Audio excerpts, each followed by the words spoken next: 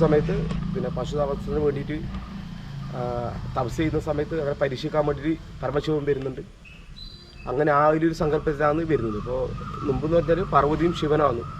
പിന്നെ നമ്മളെ ആ ഒരു ഗണിജൻ എന്ന രീതിയിൽ നമ്മൾ അങ്ങനെ ആ സംഭവം ചെയ്യുന്നു.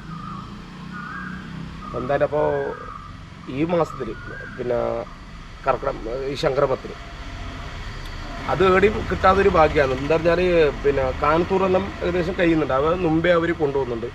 പക്ഷേ സംക്രമത്തിന് മാത്രമാണ് മടിയൻകൂലത്ത് ഈശ്വരൻ്റെ ആ മുമ്പിൽ 3 തെയ്യം ഒക്കെ ആടിച്ചിട്ട് അപ്പോൾ ആടെ ഒരു പ്രശ്നം എന്താ പറഞ്ഞാൽ എല്ലാ തറവാട്ടിലേക്കും ഒന്ന് കയറാനുള്ളൊരു സാവകാശം നമുക്ക് അന്നാണ് ഈ സംക്രമത്തിലാണ്.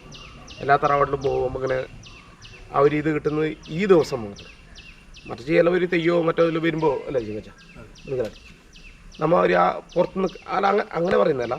പിന്നെ ആ ഒരു സംഭവം ഇപ്പം എന്ന് പറഞ്ഞാൽ അതില്ല. എല്ലാ തെയ്യവും അകത്ത് കയറി കളിക്കുന്നുണ്ട്, താനായിട്ടും തറവാടായിട്ടും. അപ്പം അങ്ങനെയുള്ള ആ ഒരു ആദ്യം വ്യാധി അകറ്റാൻ വേണ്ടിയിട്ടാണ് 3 തെയ്യം വരുന്നത്. ഇപ്പോൾ മടികൂലത്ത് ഈശ്വരൻ്റെ ആ ഇതിൽ വരുമ്പോൾ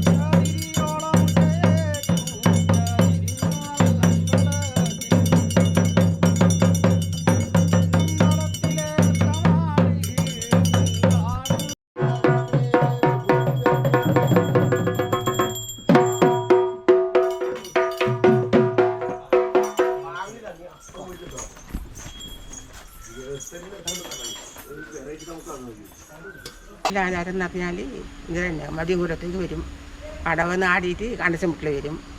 കണ്ടച്ചമ്പുട്ട് നേരെ ചന്തച്ചമ്പുട്ട് പോവും. ചന്തച്ചമ്പുട്ടിൽ നിന്ന് കേക്കട്ടേക്ക് പോവും. കേക്കട്ടിൽ നിന്ന് ഇവിടെ വരും. ഇവിടെ വന്നിട്ട് വരക്ക അല്ലാതെ നമ്മ കുരിശി മഞ്ഞൾ പിന്നെ ഭസ്മം ഉണ്ടല്ലേ ശിവന് ഭസ്മം മഞ്ഞൾ 100 കലക്കിയിട്ട് കുഞ്ഞാളെല്ലാം പക്ഷേ നമുക്ക് ചടങ്ങൊന്നുമില്ല.